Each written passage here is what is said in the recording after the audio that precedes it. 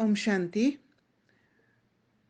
आज 31/1/2024 बाबा के साकार वाणी।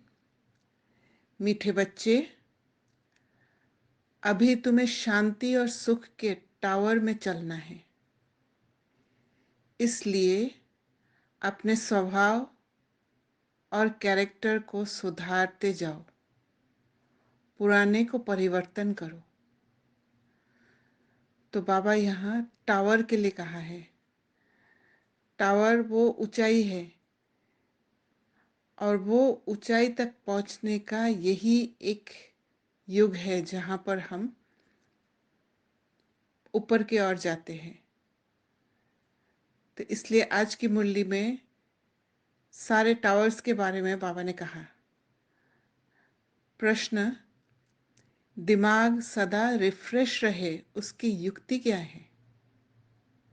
उत्तर, बाप जो सुनाते हैं उसका मंथन करो। विचार सागर मंथन करने से दिमाग सदा रिफ्रेश हो जाता है। जो सदा रिफ्रेश रहते हैं वे दूसरों की भी सर्विस कर सकते हैं। उनकी बैटरी सदा चार्ज होती रहती है, क्योंकि विचार सागर मंथन करने से सर्वशक्तिमान बाप के साथ कनेक्शन जुटा रहता है। गीत है, नैनहीन को राह दिखाओ प्रभु। ओम शांति। ये गीत भी मनुष्य का गाया हुआ है, परंतु अर्थ कुछ भी नहीं जानते। जैसे और प्रार्थना करते हैं, ये भी जैसे एक प्रार्थना है। परमात्मा को जानते नहीं तो प्रार्थना क्या है? जो बिगर परिचय, बिगर समझ के किसी के लिए किसी का पूजा करते हैं। अगर परमात्मा को जाने तो सब कुछ जान जाए। सिर्फ परमात्मा कह देते हैं, परंतु उनके जीवन का कुछ भी पता नहीं। तो नैनहीन हुए ना। नैन का अर्थ क्या है? जो जान जाते हैं। कोई भी चीज दिखाई दे जाता है, वो है नैन। तो अगर हम परमात्मा को जानते नहीं है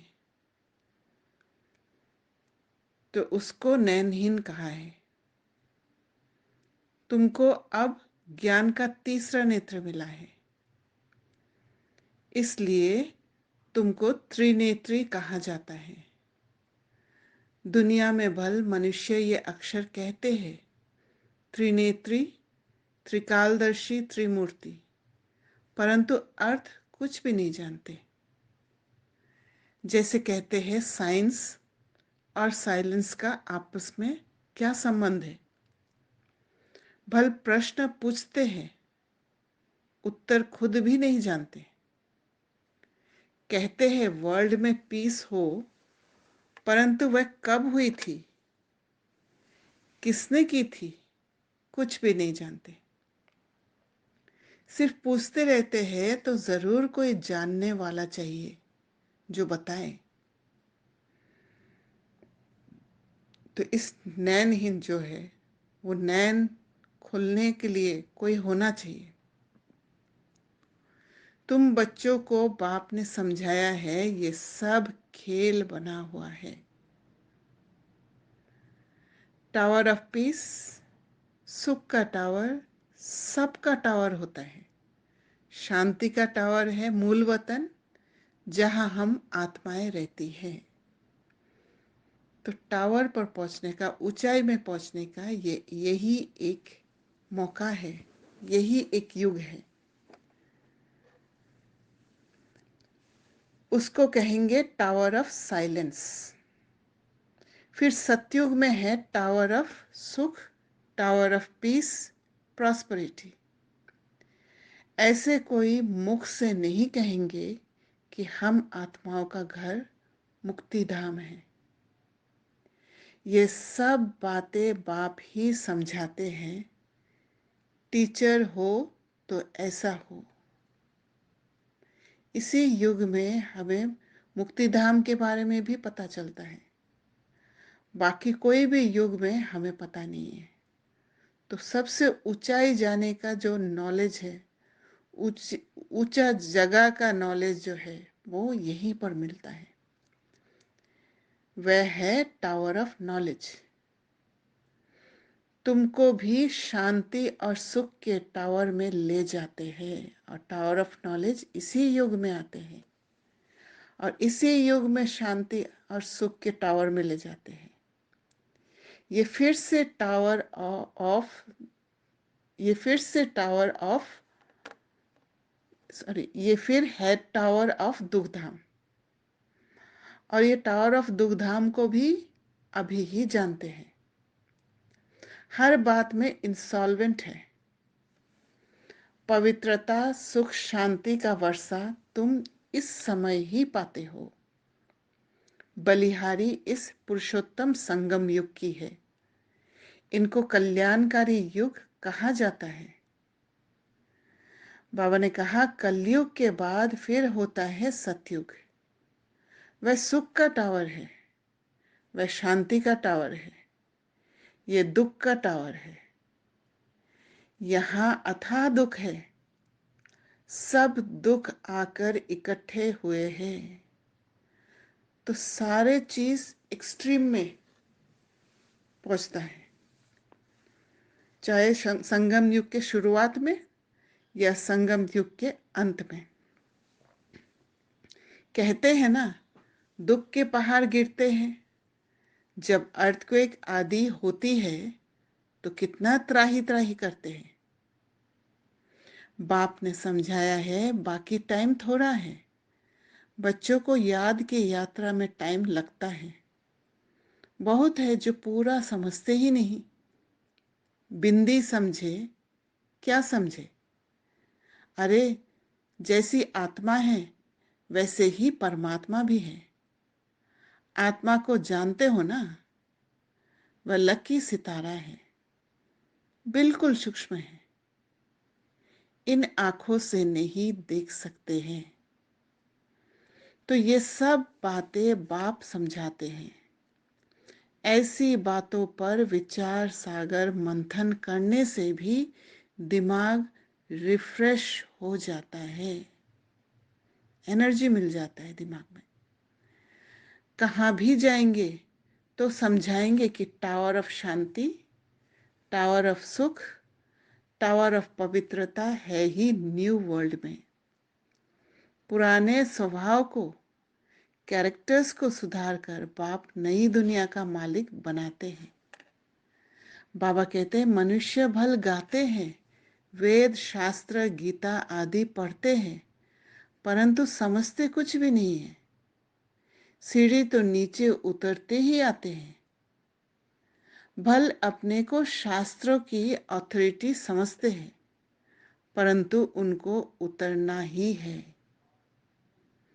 आत्मा पहले सबकी सतो प्रधान होती है, फिर धीरे धीरे बैटरी खलास हो जाती है। इस समय सबकी बैटरी खलास है, अब फिर बैटरी चार्ज होती है। बाप कहते हैं, मन मना भव, माना अपने को आत्मा समझो। बाप है सर्वशक्तिमान, उनको याद करने से तुम्हारे पाप कट जाएंगे और फिर बैटरी भर जाएगी।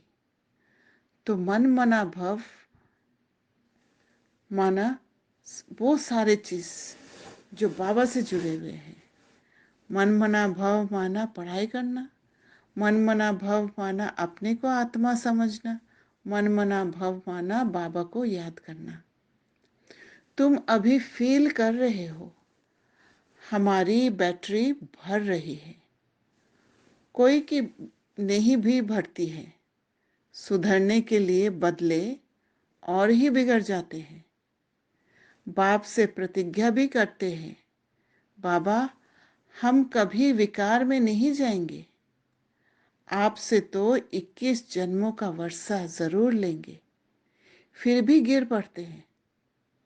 बाप कहते हैं, काम विकार पर जीत पाने से तुम जगत जीत बनेंगे। फिर अगर विकार में गया तो अकल चट। ये काम महाशत्रु है, ये पत्थर बुद्धि बना देता है। एक दो को देखने से काम की आग लगती है। बाप कहते हैं, तुम काम चिता पर बैठ सावरे बन गए हो, अब तुमको गोरा बनाते हैं। ये बाप ही तुम बच्चों को समझाते हैं। पढ़ाई से तुम्हारी बुद्धि खुलती है। बाबा कहते हैं, झाड़ का वर्णन भी करते हैं। ये है कल्प वृक्ष, मनुष्य सृष्टि का वैरायटी झाड़। इनको उल्टा झाड़ कहा जाता है। कितने वैरायटी धर्म है, इतनी करोड़ों आत्माओं की अविनाशी पार्ट मिला हुआ है, और ये है मनुष्य का झाड़, आत्माओं का झाड़, जो शरीर लेने के बाद वर्णन किया गया है। दो का एक जैसा पार्ट हो ना सके। अभी तुमको ज्ञान का तीसरा नेत्र मिला है। विचार करो, कितनी ढेर आत्माएं हैं।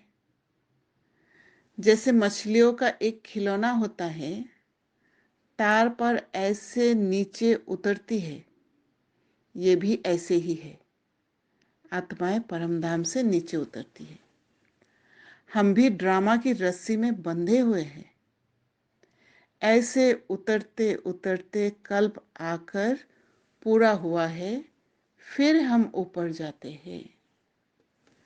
बाबा कहते हैं, ये समझ भी बच्चों को अब मिली है। ऊपर से आत्माएं आती है, नंबरवार ऐड होती जाती है। इस खेल में तुम पार्टधारी हो। मुख्य क्रिएटर, डायरेक्टर, एक्टर होते हैं ना।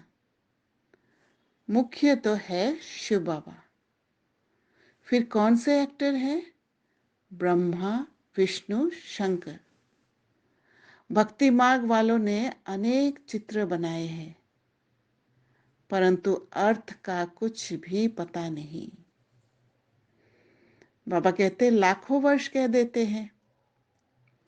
अब बाप आकर सारी नॉलेज देते हैं। अब तुम समझते हो, सतयुग में ये ज्ञान हमको नहीं होगा।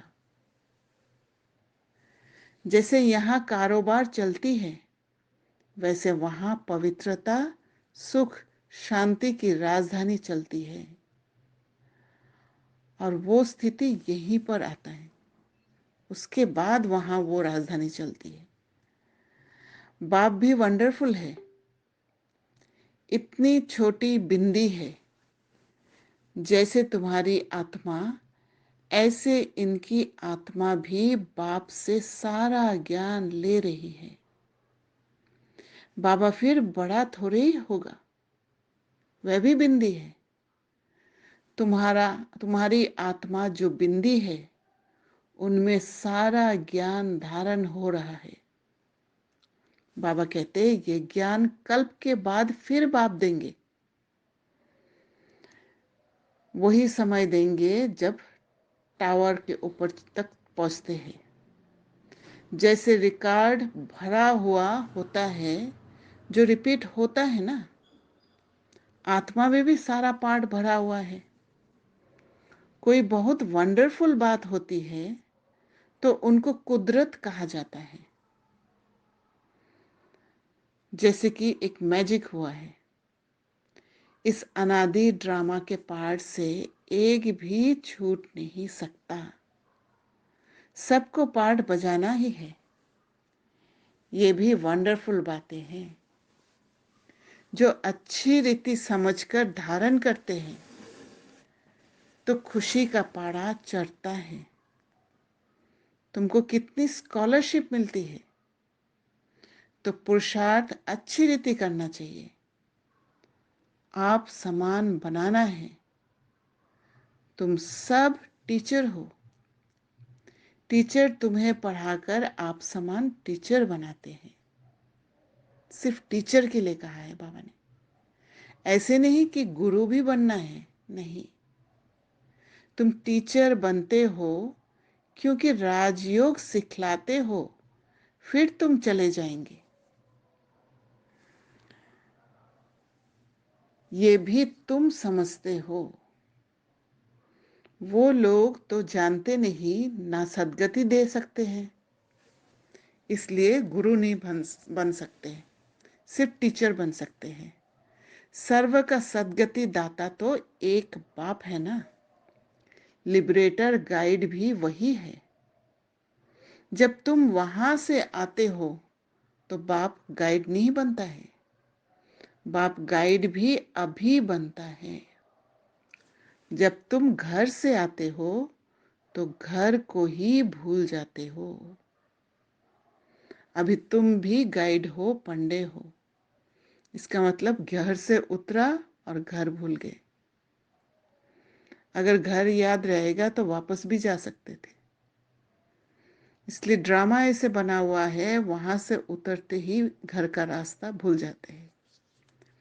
बाबा कहते हैं सबको रास्ता बताते हो अशरीरी भव, क्योंकि अशरीरी नहीं होने से, सब कुछ खत्म नहीं करने से, सिर्फ एक बिंदी नहीं होने से घर नहीं जा सकते हैं, क्योंकि वहां पर कुछ भी नहीं है, वहां पर सब कुछ भूले हुए हैं। बाबा कहते तुम्हारा नाम पांडव सेना भी है। शरीरधारी तो है ना। जब अकेले हो तो सेना नहीं कहेंगे, क्योंकि अकेले एक आत्मा लड़ाई नहीं करते हैं। शरीर के साथ जब माया पर जीत पाते हो, क्योंकि माया तब आती है जब शरीर में होते हैं। शरीर से निकलने लायक बनने के लिए माया आती है। तो इसलिए बाबा ने कहा शरीर के साथ जब माया पर जीत पाते हो तब तुमको सेना कहते हैं। उन्होंने फिर लड़ाई की बातें लिख दी है। ये है बेहद की बात। वो लोग कॉन्फ्रेंस आदि करते हैं, संस्कृत आदि के कॉलेज खोलते हैं, कितना खर्चा करते हैं। खर्चा करते करते जैसे कि खाली हो पड़े हैं। चांदी सोना हीरा सब खलाश हो गए हैं। फिर तुम्हारे लिए सब कुछ नया निकलेगा। तो तुम बच्चों को चलते फिरते बहुत खुशी होनी चाहिए। बाप को और वर्षे को याद करना है। तो इस जन्म में हमें कुछ अलग चीज मिल रहा है जो सबको नहीं मिलता है, कुछ स्पेशल मिल रहा है। तुम्हारा पाठ चलता रहता है, कभी बंद होने वाला नहीं है। बाप समझाते हैं तुम अपने जन्मों को नहीं जानते हो। बाबा कहते 84 का हिसाब किताब भी इनको बताते हैं जो पहले पहले आते हैं। तुम बच्चों को अथाह सुख मिलता है। Tower of health, wealth, happiness, तो कितना नशा होना चाहिए, जैसे टावर पर चढ़ने का नशा होता है। जितना तुम नजदीक आते जाएंगे उतनी आफतें भी आती जाएगी। तो अगर आफतें आ रही है तो हम नजदीक पहुंच रहे हैं। तो आफतें आती है ताकि उस फोर्स के द्वारा हम आगे बढ़ते जाए, ताकतवर बनते जाए। तो आफतें आने से दुखी नहीं होना है, खुश होना है। झाड़ की वृद्धि भी होनी है। झाड़ कच्चे हैं तो झट तूफान लगने से झड़ जाते हैं। इसीलिए पक्का बनना है, इमोशनली मैच्योर बनना है। ये तो होना ही है। बाबा कहते तुम्हारा एम ऑब्जेक्ट का चित्र सामने खड़ा है, तुम और कोई चित्र नहीं रख सकते। भक्ति मार्ग में मनुष्य ढेर चित्र रखते हैं, ज्ञान मार्ग में है एक, सो भी नॉलेज बुद्धि में है। बाकी बिंदी का चित्र क्या निकालेंगे? आत्मा तो सितारा है ना। ये भी समझने की बातें हैं, देखने की बातें नहीं है, समझने की बिंदी, चाहे वो आत्मा हो या परमात्मा हो। आत्मा को तो इन आंखों से देख नहीं सकते। बहुत कहते हैं बाबा हमको साक्षात्कार हो, वैकुंठ देखे, परंतु देखने से मालिक थोड़ी बनेंगे। मनुष्य कहते हैं फलाना स्वर्ग पधारा, परंतु स्वर्ग है कहाँ जानते थोड़ी है। जो आत्मा स्वर्ग में गई है वही कहती है। आत्मा को तो सब याद रहता है ना। अब तुमको ऊंचे ते ऊंचा बाप पढ़ा रहे हैं, जिससे तुम ऊंचे से ऊंचा पद पा रहे हो। नंबरवार पुरुषार्थ अनुसार नर से नारायण जरूर बनेंगे। जब वो ऊंचा बाप आता है तभी वो ऊंचा से ऊंचा पढ़ाई हमें मिलता है, और तभी हम ऊंचे से ऊंचा पद पाते हैं, नर से नारायण बनते हैं। ये जो शांति मांगते हैं, तुम्हारा काम है उन्हें समझाना। कई समझते भी है कि ये एक्यूरेट कहते हैं। वह समय भी आएगा, लिखा हुआ है कुमारियों द्वारा भीष्म पितामह आदि को ज्ञान के बाण मारे। बाकी ऐसे नहीं अर्जुन ने बाण मारा, गंगा निकली। बाबा कहते हैं ऐसी ऐसी बातें सुनकर कह देते हैं यहां से गंगा निकल आई। गौमुख भी बनाया है। अभी तुम बच्चे देखते हो, तुम्हारा यादगार भी खड़ा है। वह जड़ दिलवाड़ा, ये है चैतन्य। तो ये दिलवाड़ा मंदिर हमारा यादगार है। उसमें ऊपर वैकुंठ दिखाया है, छत पे पूरा वैकुंठ का चित्र है। नीचे तपस्या कर रहे हैं, ऊपर राजाई के चित्र है। इसलिए मनुष्य समझते हैं स्वर्ग ऊपर है। बॉम्ब्स बनाने वाले खुद भी समझते हैं ये हमारे ही विनाश के लिए है। तो वैकुंठ जो दिलवाड़ा मंदिर है उसमें वैकुंठ और सतयुग और संगम युग का चित्र जड़ के रूप में दिखाया गया है, और ये चैतन्य है। बाबा कहते हैं ऐसे कहेंगे तो जरूर विनाश होगा। लिखा भी हुआ है महाभारी लड़ाई में ऐसे हुआ था, सब खत्म हुए थे। सतयुग में है ही एक धर्म, तो जरूर बाकी सब खत्म हो जाएंगे। ये भी बच्चे जानते हैं, भक्ति करते करते नीचे उतरते ही आते हैं ड्रामा प्लान अनुसार। और नीचे उतरने के कारण बुद्धि वो सूक्ष्म चीजों को पकड़ नहीं पाती, इसलिए सब कुछ उल्टा समझ बैठे। वास्तव में यहाँ कोई आशीर्वाद आदि की बात नहीं है। जो ड्रामा में बना हुआ है वही होता है। कुछ ऐसी बात हो जाती है तो मनुष्य कह देते हैं जो ईश्वर की इच्छा। तुम ऐसे नहीं कहेंगे, तुम तो कहते हो भावी ड्रामा की। तुम ईश्वर की भावी नहीं कहेंगे, क्योंकि ईश्वर भी ड्रामा में बंधा हुआ है। ईश्वर का भी ड्रामा में पार्ट है। सृष्टि पा कैसे फिरता है ये भी बाप ही समझा सकते हैं। माना सृष्टि का जो पैर कैसे घूमता है, कैसे आगे चलते जाता है, ये भी बाप ही समझा सकते हैं। नॉलेजफुल भी बाप है, वो टावर ऑफ नॉलेज जो है वो बाप है। मनुष्य समझते हैं वे सबकी दिलों को जानते हैं, परंतु हम जो करते हैं उनका दंड तो जरूर हमको मिलेगा। बाप थोड़े ही बैठ दंड देंगे। ये ऑटोमेटिक बना बनाया ड्रामा है। कर्मा फिलॉसफी ऑटोमेटिक होते जाता है। ये सिस्टम में ही बना हुआ है।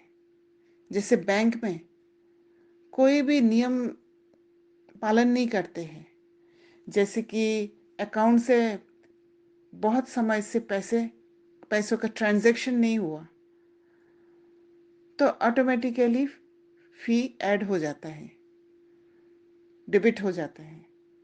वैसे ये ऑटोमेटिक बना बनाया ड्रामा है जो चलता रहता है। इनके आदि मध्य अंत का राज बाप ही समझाते हैं, तुम फिर औरों को समझाते हो। अब बाप कहते हैं, बच्चे तुम्हारी अवस्था ऐसी हो जो पिछाड़ी में कुछ भी याद ना आए। अपने को आत्मा समझे, इसको कहा जाता है कर्मातीत अवस्था। तो वो आत्मिक स्टेट में हर पल रहना, हर बात को वो आत्मा का स्थिति के हिसाब से समझना, ये प्रैक्टिस जब हम करेंगे तो कोई भी बात हमें याद नहीं रहेगा, क्योंकि वो दर्द में या ज़्यादा खुशी में जो पेयर्स ऑफ ऑपोजिट्स है, जो एक्सट्रीम में जाना होता है, उसमें हम नहीं जाएंगे, न्यूट्रल स्टेट में रहेंगे। तब उसको कहा जाएगा कर्मातीत अवस्था। अच्छा, मीठे मीठे सिकिलदे बच्चों प्रति माता पिता बाप दादा का याद प्यार और गुड मॉर्निंग। रूहानी बाप की रूहानी बच्चों को नमस्ते। हम रूहानी बच्चों की रूहानी बाप दादा को याद प्यार, गुड मॉर्निंग और नमस्ते। धारणा के लिए मुख्य सार। पहला पॉइंट, स्कॉलरशिप लेने के लिए अच्छी तरह से पुरुषार्थ करो। स्कॉलरशिप हर किसी को नहीं मिलता है, उसी को ही मिलता है जो पढ़ाई में बहुत अच्छा होता है। तो हमें स्कॉलरशिप लेने के लिए अच्छी तरह पुरुषार्थ करना है। उसके लिए शक्ति भी बढ़नी है। आत्मा का टैंक को हमेशा फुल रखना है, ताकि कोई भी परिस्थिति सामने आते ही उस एलिवेटेड स्थिति में हम बहुत आसानी से उस शक्ति द्वारा क्रॉस कर लेते हैं और जो मैसेज हमें मिलना होता है वो मिल जाए। टीचर बन औरों को राजयोग सिखाओ। गाइड बन सबको घर का रास्ता दिखाने की सेवा करो। दूसरा पॉइंट, सर्वशक्तिमान बाप की याद से अपनी बैटरी चार्ज करनी है। बाप से प्रतिज्ञा करने के बाद कभी काम की चोट नहीं खानी है। वरदान, सेवा भाव से संपन्न बन हर आत्मा को प्राप्ति की मेवा का अनुभव कराने वाले सच्चे सेवाधारी भव। तो सेवा भाव से खुद संपन्न बनेंगे और हर आत्मा को प्राप्ति की मेवा का अनुभव भी कराएंगे, तब सच्चे सेवाधारी है। तो कैसे बनेंगे? जब हर पल जिस भी आत्मा के साथ संबंध संपर्क में हम आते हैं, सेवा का भाव हो। सेवा का भाव माना ये नहीं है कि बाहर से कोई सेवा कर रहे हैं। उस आत्मा को ऐसे कुछ समझ दे देना है जिस आत्मा को वो समझ नहीं है। वो बाहर से ऐसे दिखेगा, कुछ और दिखेगा, क्योंकि अभी कॉमन बात कुछ और है। हर आत्मा कुछ और कर रहे, कलयुग के हिसाब से कर रहे हैं। तो कुछ ऐसे नया चीज करना है जो आत्मा को उस कोई भी संस्कार जो दिख रहा है उस संस्कार से निकाल दे और उसको प्राप्ति का अनुभव हो जाए। और प्राप्ति का अनुभव कैसे होगा? जब आत्मा बॉन्डेज से मुक्त हो जाएगी, एक रिलीफ सा फीलिंग हो जाएगी।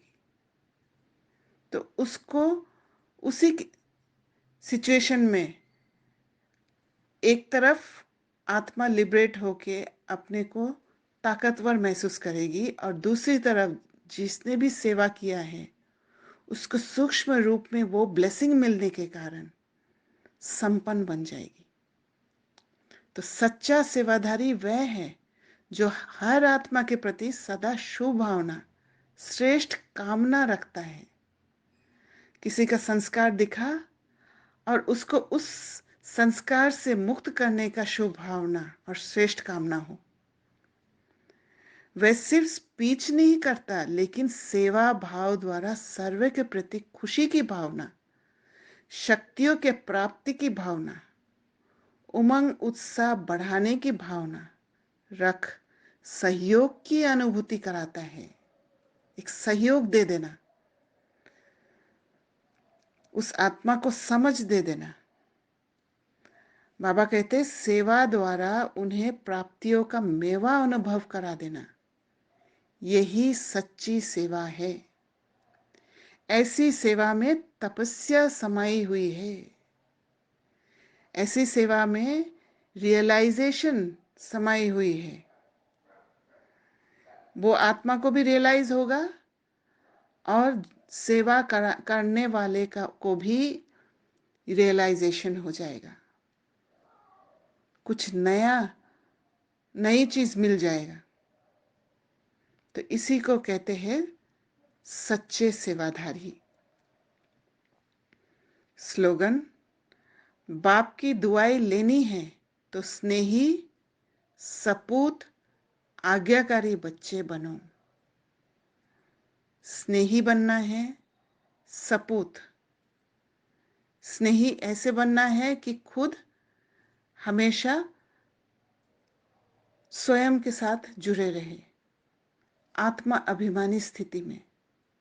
सपूत वह है जो हर पल बाबा का कार्य को आगे बढ़ाने का निमित्त बनते रहे। चाहे उस सीन में ऐसे दिखाई दे कि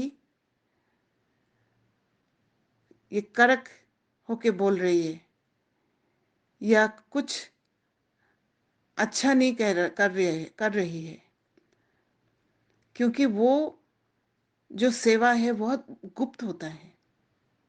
ये सिर्फ आत्मा को फीलिंग आती है और जिस आत्मा को लिए वो कार्य करते हैं वो आत्मा को तुरंत समझ में भी नहीं आती है। वो आत्मा कभी दुख भी ले सकती है, जबकि उस आत्मा को लिबरेट किया गया है और ये समझ बाद में मिलता है। और आज्ञाकारी बच्चे वो है जो बाबा के श्रीमत अनुसार चलते हैं। अव्यक्ति साइलेंस द्वारा डबल लाइट फरिश्ता स्थिति का अनुभव करो। जितना जितना आप अंतर्मुखी स्वीट साइलेंस स्वरूप में स्थित होते जाएंगे उतना नैनों की भाषा, भावना की भाषा और संकल्पों की भाषा को सहज समझ सकेंगे। तो स्वीट साइलेंस की स्थिति सिर्फ अंतर्मुखी होने से मिलता है। माना सिर्फ स्वयं को देखना, हर चीज में स्वयं को चेक करते रहना, तब नैनों की भाषा, भावना की भाषा और संकल्प की भाषा को सहज समझ सकेंगे। यही भाषा रूहानी योगी जीवन की भाषा है। तो वो लैंग्वेज को सीखना है।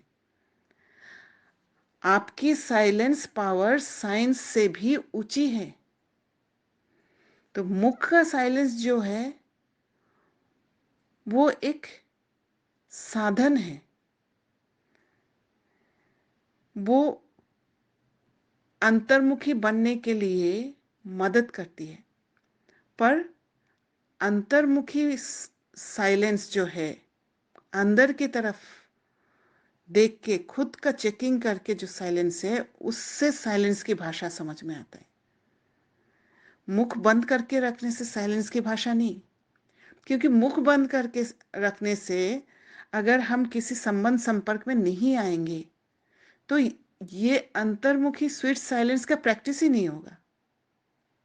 आपकी साइलेंस पावर साइंस से भी ऊंची है। जैसे साइंस प्रत्यक्ष प्रूफ दिखाती है, वैसे साइलेंस पावर का प्रैक्टिकल प्रूफ है आप सबकी डबल लाइट फरिश्ता जीवन। जब इतने सब प्रैक्टिकल प्रूफ दिखाई देंगे, तब ना चाहते भी सभी की नजर जाएगी और जय जयकार का नारा लगेगा। यही प्रैक्टिकल प्रूफ सबको आकर्षित करेगा। अच्छा, ओम शांति।